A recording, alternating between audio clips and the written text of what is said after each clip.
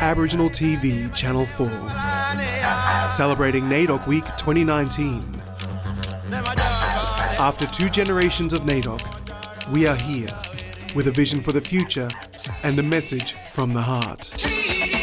Let's work together for a shared future.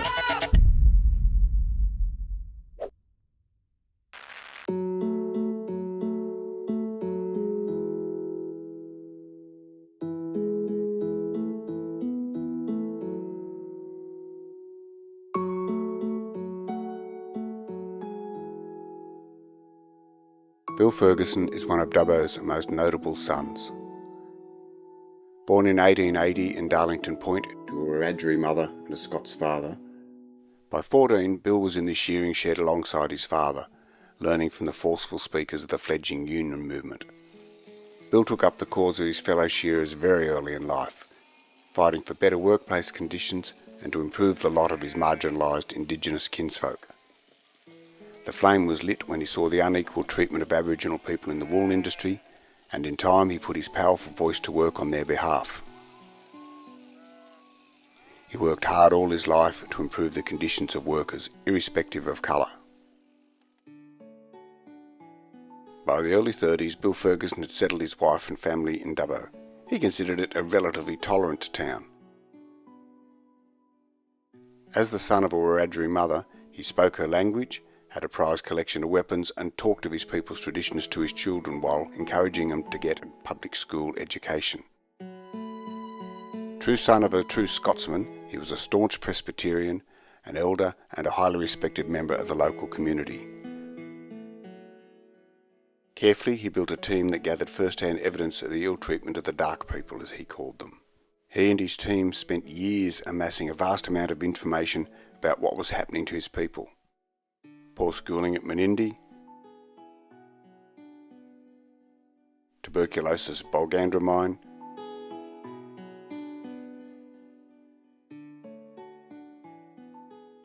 low wages for timber fellas in Pilliga, beatings at Bororona. In Dubbo, on June 27, 1937, he launched the Aborigines Progressive Association, a Masonic hall packed with Indigenous people. He demanded that they be recognised as citizens and that the Hated Protection Board be disbanded. By November, his team was telling these stories to a State Parliament Select Committee of Inquiry into the neglect of the Indigenous population. Board MPs and Protection Board members eventually stopped turning up. An outraged Ferguson called in the press to protest at the contemptuous treatment. In January he went to Melbourne, where he and William Cooper planned the first day of mourning, time for Australia Day 1938, in an attempt to stab the conscience of the nation awake. Bill Ferguson stepped forward as the tall, calm figure at the centre of the day of mourning, Australia's first public civil rights demonstration. His courageous faith, strong voice and the determined manner in which he spoke of the sufferings of his people have led people to compare him to the visionary leader of the American civil rights movement, Dr. Martin Luther King. Always an advocate of peaceful protest, Bill Ferguson was not afraid of using strong words to stab the conscience of the nation. We ask you to study the problem from the Aborigines' point of view. We do not ask for charity, we do not ask you to study us as scientific freaks. We ask only for justice, decency and fair play. Surely your hearts and minds are not so callous that you will refuse to consider your policy of degrading and humiliating and exterminating old Australia's Aborigines. He collapsed in Church Street, Dubbo, while campaigning as an independent in the 1950 federal election. His appeal was direct and simple. To all of you of Aboriginal blood I say, I am fighting for your freedom. I will use every effort to fight these atrocities. He died a few days later, after hearing he'd only polled 388 votes. His daughter Isabel said, "My father died of a broken heart." His humble grave sits quietly in the old Dubbo cemetery.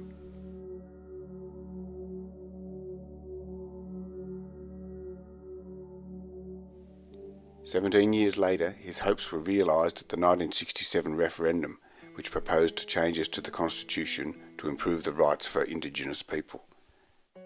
90% of Australia voted for the justice Bill Ferguson had fought so long and hard to win.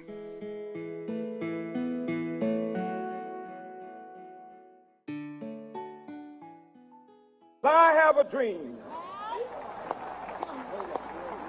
that my 4 little children will one day live in a nation where they will not be judged by the color of their skin, but by the content of their character. I have a dream today.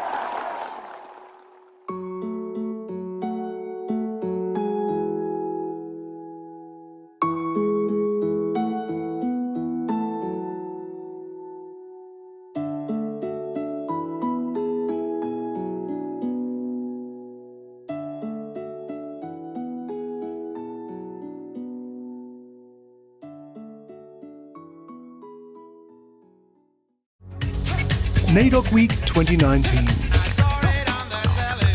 On your official NAIDOC television station, Aboriginal TV Channel 4.